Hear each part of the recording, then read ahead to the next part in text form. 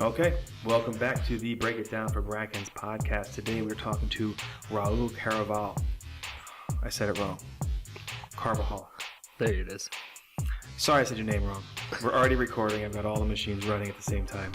All right, we good? We're good. Okay, sorry, dude. Raul Carvajal. I know Raul from Rotary.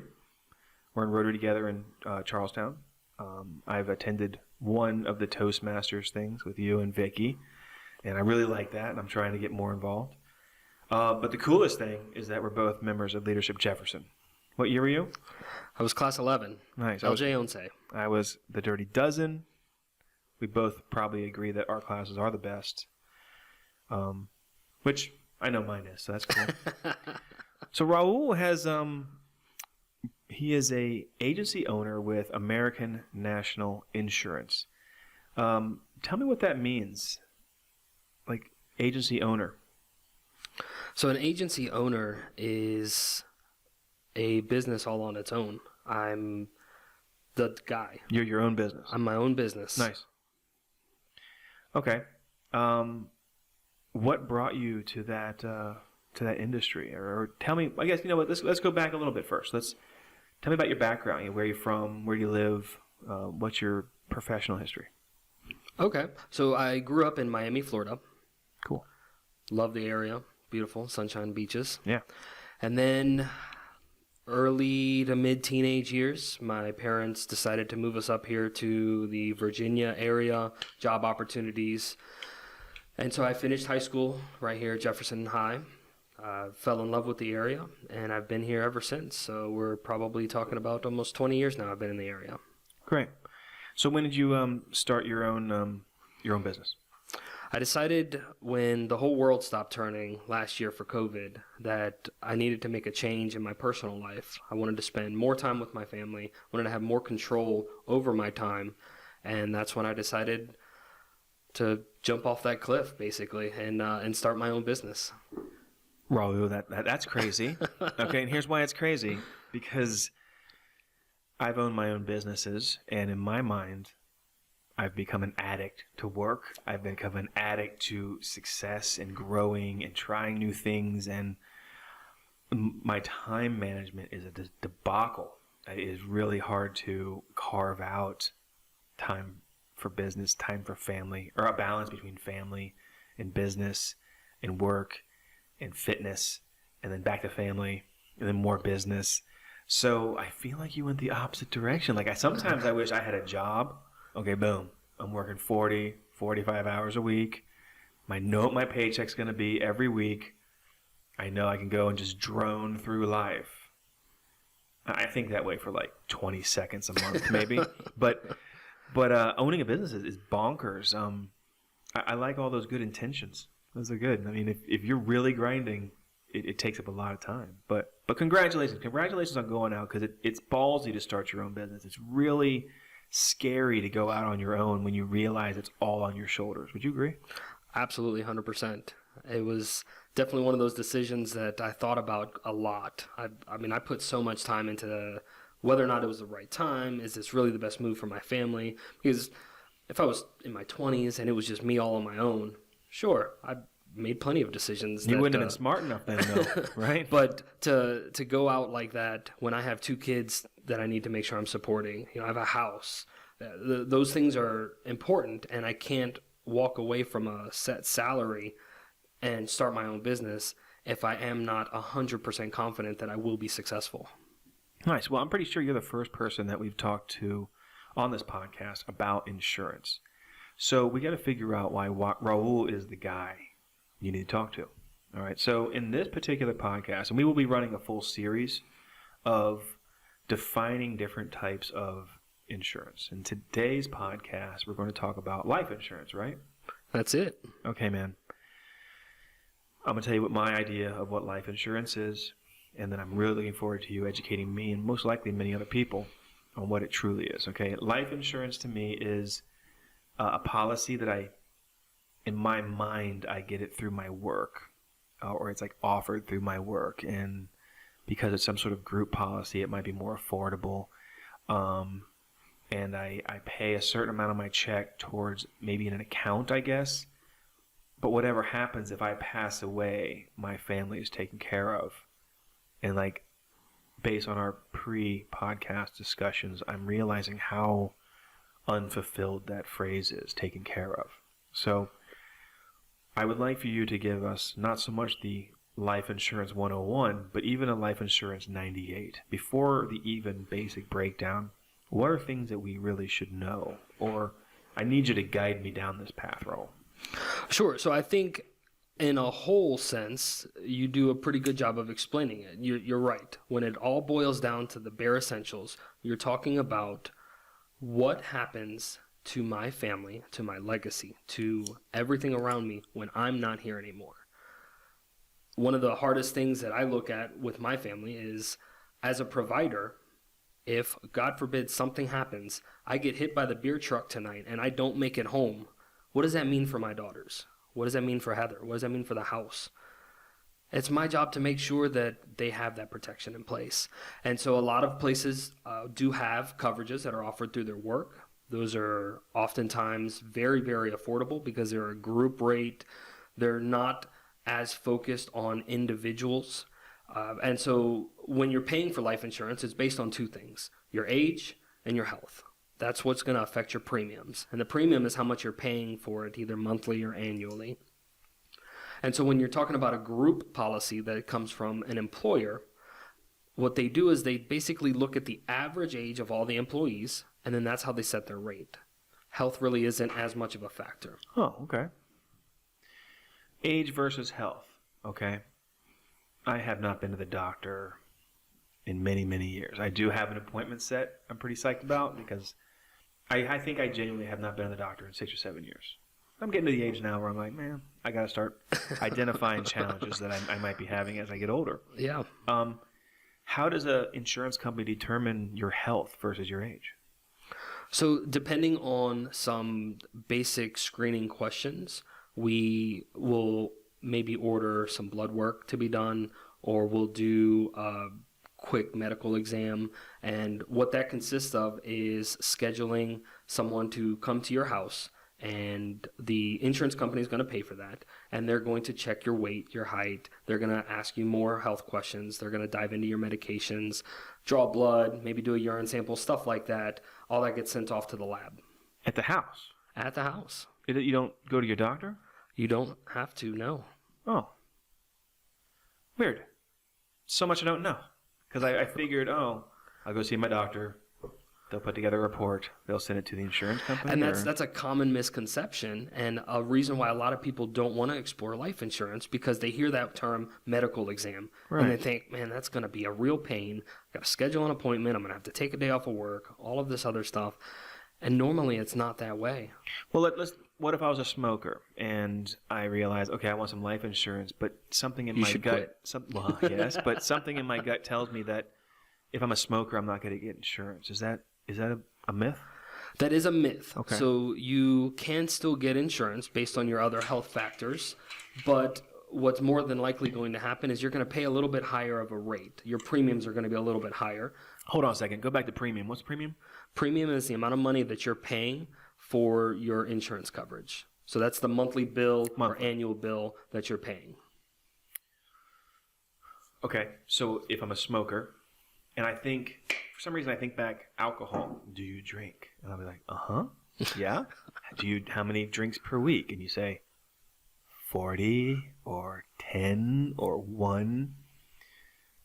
I guess those are all the scientifically designated markers for somebody who has problems. In my mind, I'm thinking it's smoking and drinking. Am I wrong, or? Drinking, not as much. Okay. Drinking is just going to give maybe an idea that we should be looking for underlying issues. Maybe there could be some complications with your liver, some other organs that are probably going to turn up in the blood work. The big one, the one that's immediately just a red flag and is absolutely going to increase your premiums is smoking. Wow. Basic smoking or chain smoking? Or do you think it changes based on your consumption? Either or. Typically, it's just a standard rate or a smoker rate. So if you are using nicotine, you're getting a smoker rate. Bro, I know I have the dumbest questions, right? But they come to me as we're talking. What if I lie? and say I'm not a smoker. I guess that's insurance fraud. That would be considered insurance fraud. Okay. You are right. Don't lie, people. It's And fraud. so probably what's going to happen is if and when that's discovered, your policy would just be canceled. Or your rates would be adjusted depending on how the individual company handles it, the severity of the fraud, all kinds of legal stuff that we would be diving down a way deep rabbit hole. My bad. I was just like, well, maybe I don't smoke now. I just quit smoking. Okay, so I feel like I derailed your description. So basically, health and age. Okay, so I'm going to be 46 this year. Older people in my life, I can't remember who, but they were like, you got to get insurance soon because the older you get, you can't get it. Is that true?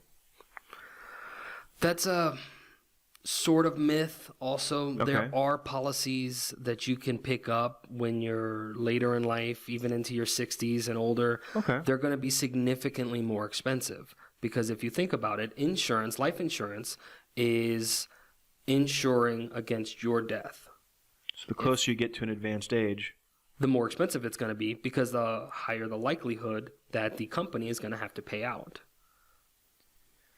There is no cheaper time to buy life insurance than birth. at your youngest, healthiest age. Right. Every single day we get a little less healthy and we get a little bit older.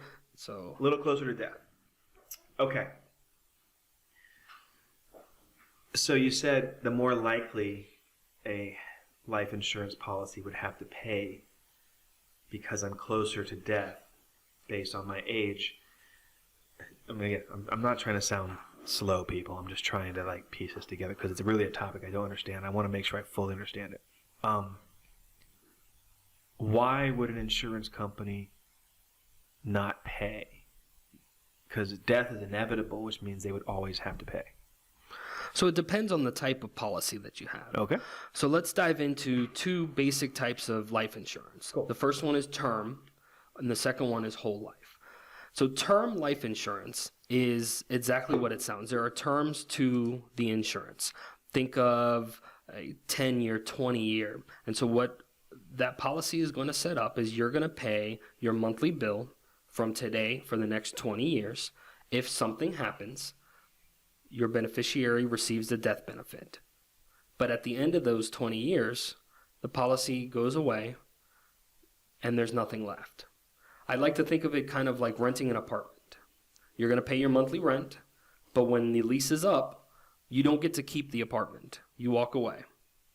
Okay. Why would I only get a 10 or 20 year? Does that mean I'm hedging that I'm going to die in the next 10 to 20 years? A great way to use those are a couple ideas. So the first one, and one of my favorites, is protecting a mortgage. So I recently bought my first house about 5 years ago. I've got 25 years left on my mortgage, right? So I buy a 25-year term life insurance that is basically going to cover my mortgage. If something happens to me, that policy pays out, and now my house is paid for. The kids get to continue to grow up in the house that we bought. That's really great.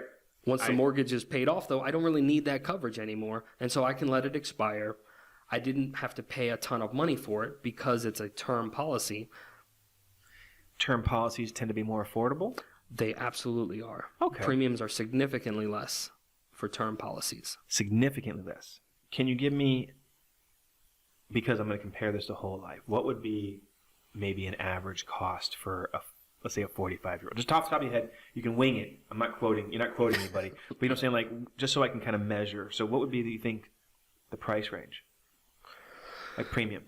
Premiums are going to be based off of the size of the policy. So, for example, if I have $1 million policy in place. To cover $1 million mortgage, hypothetically. To cover $1 million mortgage, Okay. or maybe you have some other ideas that you want that money to be distributed. But so my policy death benefit is $1 million. I might be paying, let's say, $100 a month on that. Okay. So for a year, I'm paying about $1,200. Hypothetically, $100, people. He's not quoting you. Hypothetically, that. All right, so $100 a month, you're gambling with the insurance company, and that's $1,200 a year, hypothetically, and let's say it's over 10 years, so it's 12,000 against $1 million, or 24,000 against 20 years against $1 million. That seems like a very good deal. If I die.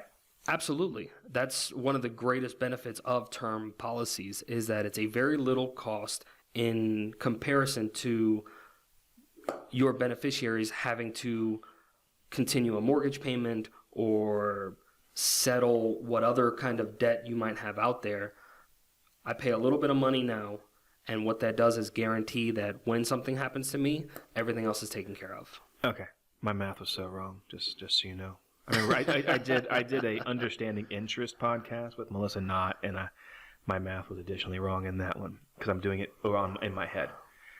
So again, I'm trying to fully understand this. So if hypothetically $100 a month times 12 is 1,200 times 10 is 12,000. Yeah. So then times 20 was actually 24,000. So okay, hypothetically, it's $1 million. Let's even say $100 was on 500,000. Even let's say it's on 300,000. It was still $100 a month. That's a mega return to pay off my mortgage. Where's that $1 million? Where's that balance come from? That comes from the insurance company. So they're collecting that premium in anticipation that nothing's going to happen to you, and they're just going to get to keep that premium. And they're doing that probably with hundreds of thousands of people. Right. So then they're using their bankroll to fund that policy. If on the off chance something does happen, they're going to pay that out. But of course, they're making sure that the odds are in their favor. They're going to look at your health and your age, and they're going to say, what's the likelihood that Kevin's going to die in the next 20 years? Okay. Probably not. Good age still, no medical conditions, healthy guy, non-smoker, Gotcha. very active. Okay, we're gonna cover him for $1 million. Here's his great rate, because we know that for the next 20 years, Kevin's gonna pay this every single month, and we're gonna get to keep that money. Okay. I kind of get that. I just wonder what happens when a margin call happens. Like, a lot of people die, and whatever.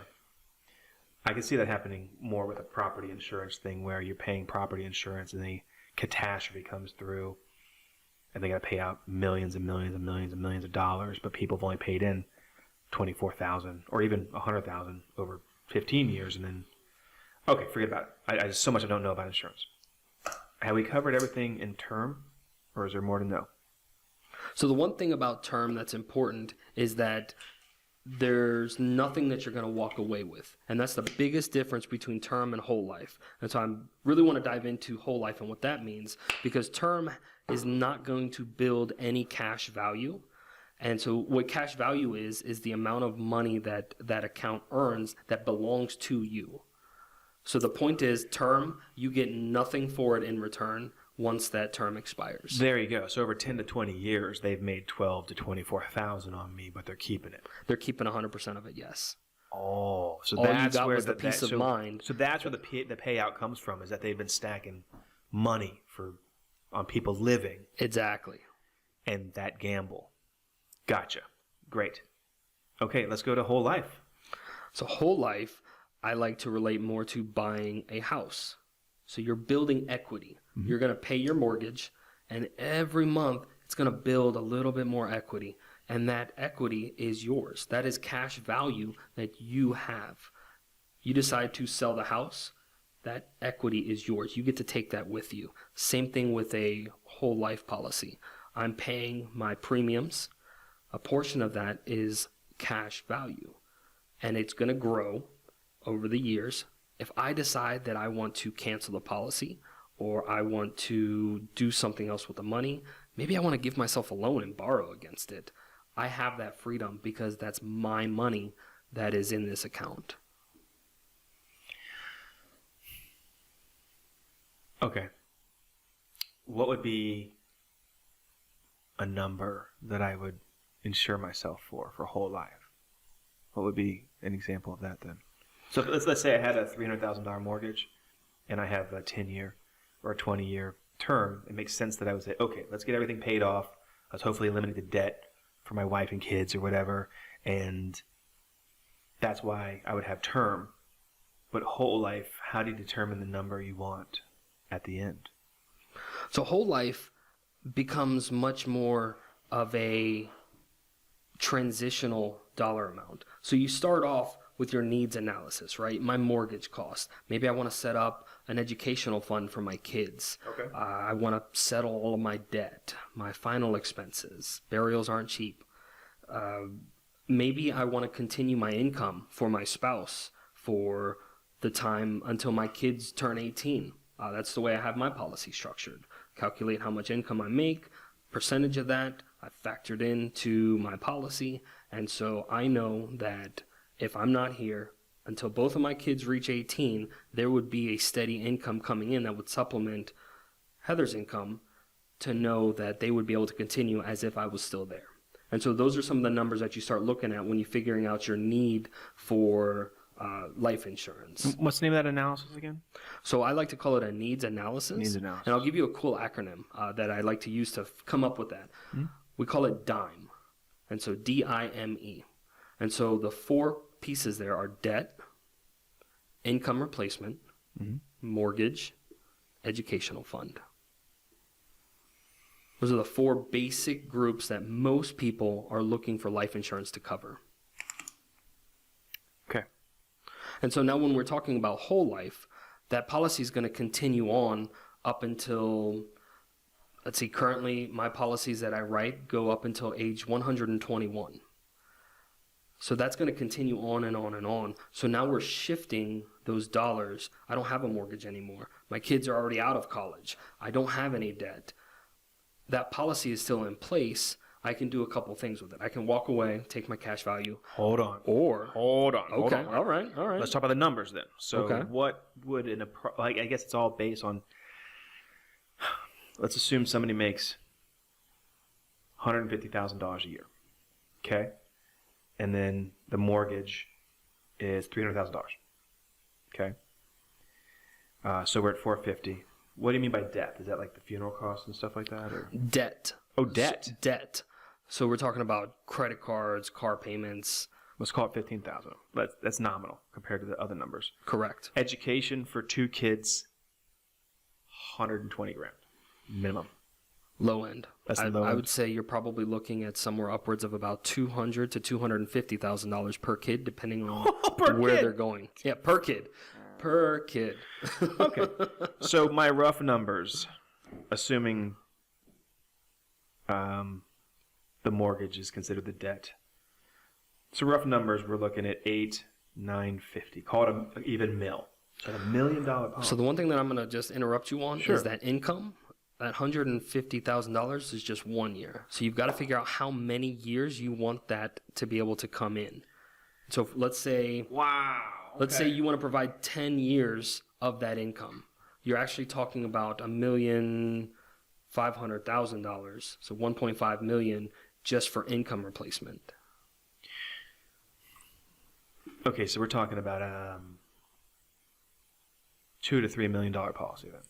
Very possible. Jeez. So what? Again, he's not quoting us, but what would like a $2 million policy cost per month, approximately? And I'm just trying to mess with the numbers here so I understand what the long haul is when it comes to building equity. I would say you're probably looking at upwards of $1,000, maybe even $2,000 a month for a policy that size in a whole life. And there's a lot of different kinds of whole life policies, so it gets really finicky depending on which one. All right. But yeah. So I can see all the moving parts here. So it's only $1 million policy if I died. I'm sorry, it would only be $2 million if I died before things were paid off. And if I needed 10 years of my income. So I guess it's just so variable that there's no way to really determine that. And okay, so $1,000 a month, let's say hypothetically $1,000 a month. So it's $12,000 a year. So these are just tough decisions. How do you walk somebody down these tough decisions? So every interaction and every life insurance conversation is going to go with a full needs analysis. We're going to talk about those 4 basic components, but then we're also going to look at the rest of the financial picture. What are their goals? Do they want to have money left for retirement? Do they want to be able to leave money to a charity or a church? Do they want to be able to leave an inheritance for the next generations behind them? Those are all things that factor into those numbers. And so it's really important that when I sit down with somebody to have this conversation, we dive into everything, because there is no cookie cutter, here's the policy that everybody should go out and get. How do we make a policy more affordable than $1,000 a month? There's a couple things that we can do. We can play with the type of policy. And so there's a few different kinds of policies that you can do that are still classified as whole life, meaning that they're not term. They're not going to expire after 10, 20 years. We could look at potentially reducing the total death benefit, or maybe we're going to structure it in such a way that that death benefit is going to change at some point. There's a lot of different things that we can do, but the most important thing is that we find out what the needs are, and then we compare that to what the budget is, and then we work out the deal. Gotcha. The best way, I think, to do that, especially if you're on a smaller budget, is to start off with some term insurance, and then typically term insurance is convertible. And so what you do is you buy large amounts of term, because you've got to be able to cover the need. Right. Even though I can't afford that, we're going to cover the need with term. And then as I get more established in my career, pay raises, whatever the case may be, I start breaking off little chunks of that. Out of that $3 million term policy, I take $500,000 and I convert it into a whole life policy. Oh. Now that starts building equity. A couple years down the line, I can afford a little bit more whole life now. Okay, let's break another $1 million off of that policy. We'll convert that. And then maybe after a few years, we decide, you know what, the rest of the term really isn't that important anymore because now the mortgage is paid off, or whatever the case is. But so we start converting little bits at a time as it becomes affordable. Wow. That's really good. Those are all the best answers, man, because that really makes sense when, and every family is different. Every family, Exactly. Maybe there's 2 incomes in the family. You don't need to cover 10 years of income or 2 years of income. Maybe people look at it and they say, well, let's just get the house paid for. And that would be in the whole life, maybe that, and then a little chunk extra to work through the transition financially, right? Yeah, I've talked to several people that, well, the immediate need is I want to make sure that the home is paid off. Makes perfect sense. We'll set up a $500,000 policy. But they want to go with a whole life policy because their long-term goal is once that's paid off, I want to make sure that I'm giving back to the American Cancer Society or something, a really strong charity that they really believe in. Their lives have been affected by it. They want to make sure that they're giving back. And so that's how they've structured their beneficiary, is that right now my beneficiary is my wife because we're going to pay off the house.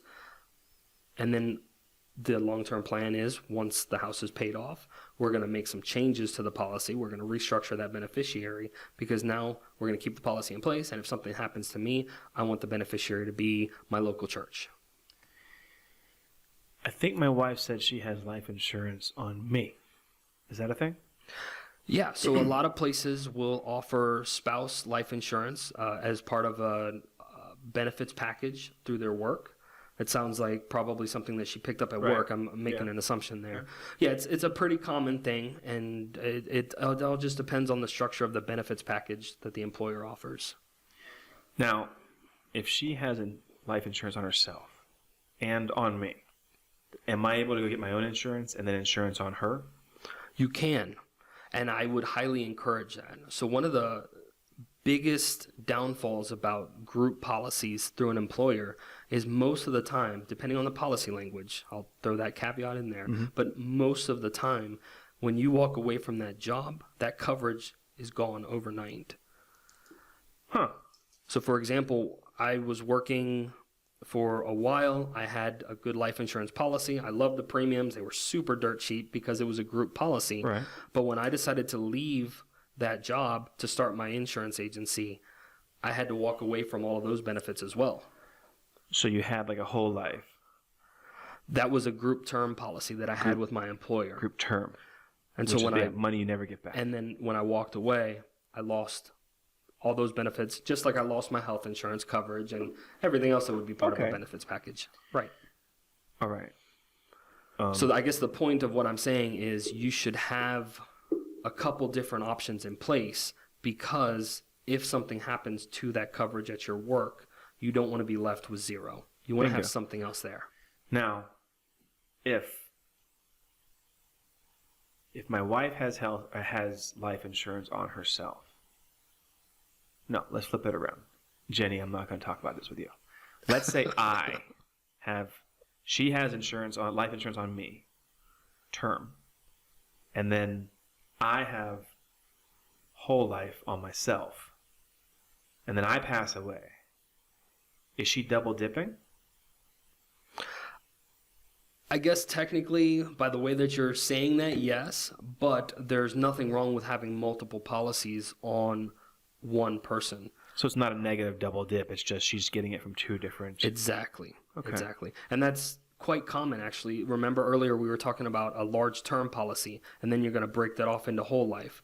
Each of those whole life breakoffs would be independent policies. Mm-hmm. And so by the time you're all said and done, you might end up with 5, 6, 10 different whole life policies that are all going to pay out if something happens to you.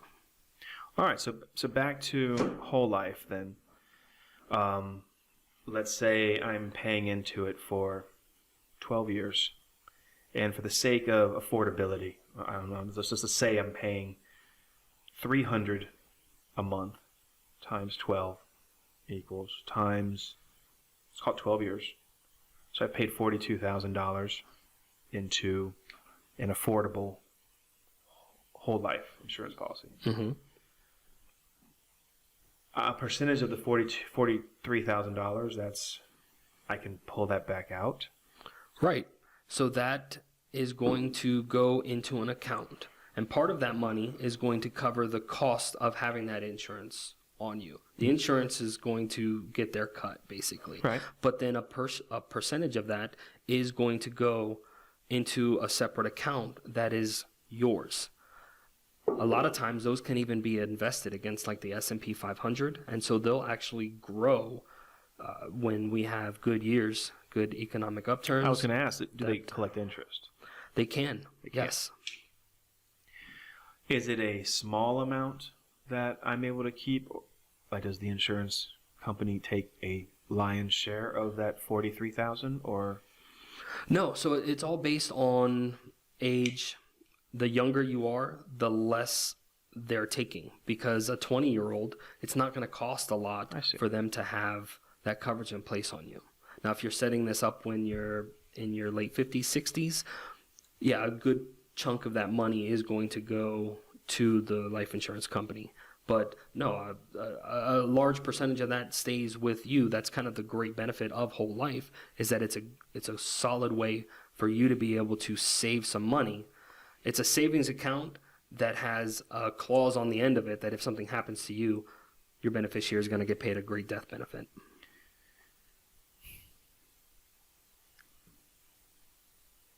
The death benefit being the number we set because of the DIME acronym, not the 43,000. Right. If I pull out half of the 43,000, how does that affect my DIME number we established? That's going to be dependent upon the type of policy and the company that you're with. But a general assumption, you're going to have a couple different options. You can A, take the money out, and then if something happens to you, they would just deduct that off of the death benefit. So I see. You have a $500,000 policy. You decided to pull out $20,000 of your cash value. Something happens to you. Your beneficiary is only going to get $480,000 because you've already taken $20,000 out of the policy. Sounds like a good deal. I don't know. So, Raul, how many of the bullet points have we hit so far in reference to life insurance? We have hit almost all of them. The one other one that I want to make sure that I mention is the concept of life insurance retirement planning. Oh. And so you absolutely want to talk to your financial advisors, because this could be a solid piece of your retirement planning. The idea is not paying taxes when you retire. Tax rates are relatively low. There's a lot of debt, I think everybody can agree that eventually tax rates are going to become a lot higher the older we get. Right. So the concept behind life insurance retirement plans, or LIRPs, is pay your taxes on your money now. With your after-tax dollars, use that money and buy a life insurance policy that you can invest against, like I mentioned earlier, S&P 500. Right. That's going to grow over the years. Now, when you're retiring, you can draw money out of that, and you're not paying taxes on that because you've already paid your taxes on the money when you put it into the account. Okay.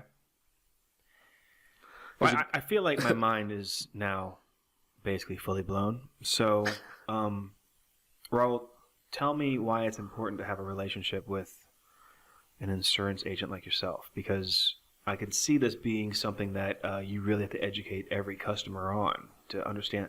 I mean, people always assume that they know what they need to know, but this seems really technical to me. There's a lot of technicality to it, and that's the value of an insurance agent. It's my job to understand all of the technicalities and to walk you through those situations so that you can make a good informed decision. And so you absolutely want to ask these questions of your agent. If you don't have an agent, give me a call. I'm happy to dive deeper into this with anybody that wants more information.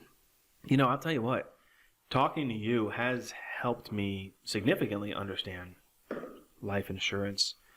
I'm a financials guy in my head, so I like to. These numbers don't make sense to me because what I'm not seeing is the fact that we're using people who are alive's money or people who had term plans to pay out death benefits. And in my mind, it seems like insurance companies would be always running on a negative. Like they got to stay open forever because you got to have people continue to buy insurance to cover the people that died even 10 years ago, probably. It's like you have to keep hedging that money forward and forward and forward. And I can really see why it's important to have a relationship with your insurance agent. Like in my mind, you just call up, get your insurance, good, check, send me the forms, done.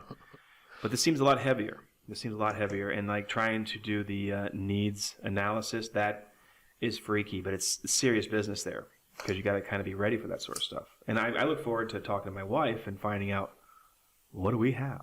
And I'm sure we could show you what we have, and you could probably show us where we're right and wrong, or where we're missing something, or where something might be too much.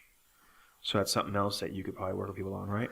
Absolutely. That's actually a service that I offer for free. Anybody that's interested, put all of your policies into a pile and give me a call. I'll come out. Let's talk through everything that you have in place. Let's find out what the need is. You're going to learn one of two things. A, you're on the right track. You've done everything you needed to do, and congratulations. Or maybe I don't quite have things in order, and then we can talk about that afterwards. But what's most important to me is that you know where you stand and you know what you need to do, because we want to make sure that we're protected the right way. And I really like that. And I like the idea of having an affordable term that grows into a whole. That seems like the really strong catch. And not a negative catch, but it catches you in the way you need to be caught as you move into a whole life. But yeah, that caveat about it being the cheapest, the younger and healthier you are, it makes perfect sense for young professionals that are just starting to build a career to go out and buy term policies. That way they have it in place. And then as they continue to grow their families, their careers, you start converting that and you start adding on to those policies. That's great. How do we get a hold of you, Raul? Easiest way to get a hold of me is to check out my website. It's going to be www.timeforcoverage.com. Timeforcoverage.com. That's a really good website, man. It's a really good grab. And then what areas do you service? I can write policies anywhere in West Virginia, Maryland, Pennsylvania, and New York. I'm licensed in all of those 5 states. And you're basically headquartered in Berkeley and Jefferson County, though. That's who our target is. That's it. Right on. All right, cool. Anything else on life insurance I need to know? I mean, I'm just a little bit blown away because this is probably the second most. This is the topic I'm the second most didn't know anything about. So, is that it? I think that just about covers it. All right, cool. Well, everybody, this is the Break It Down for Brackens podcast. You can catch Raul at timeforcoverage.com. That's his website. He probably has contact us button on there. And then you have a radio ad too. That's pretty neat. How do you hear that? So right now it's airing on 97.5. Is it you? Is it your voice? It is. It's me right on my... Oh, wow. And every month I'm changing up the topics. So I've done a few different life insurance spots, just talking about different aspects of life insurance. This month we're talking about reviewing your coverages and getting ready for the spring. It's a great time to take a look at all of your policies and make sure that you're set up before you hit the road. That's really good. All right, Raul. Thanks for being on the Break It Down for Brackens podcast. My pleasure. Thank you for the invite. Right on. And as always, Brackens Painting is brought to you by Break It Down for Brackens. I just screw this up every damn time. Sponsored by Brackens Painting. BrackensPainting.com. Give us a call when you need painting done. Interior, exterior. We are licensed and insured in West Virginia. Have a great day. Today's intro and background music is written and produced by Peter Clark. The name of the song is Making Moves. Peter, the writer, told me this is the song you want to play when you're preparing dinner. Play it louder for pasta and a little bit lower volume for poultry and meats. I'm not totally sure what that means, but that's what he told me. So check him out. SoundCloud. The album's called Peter Clark After Dark.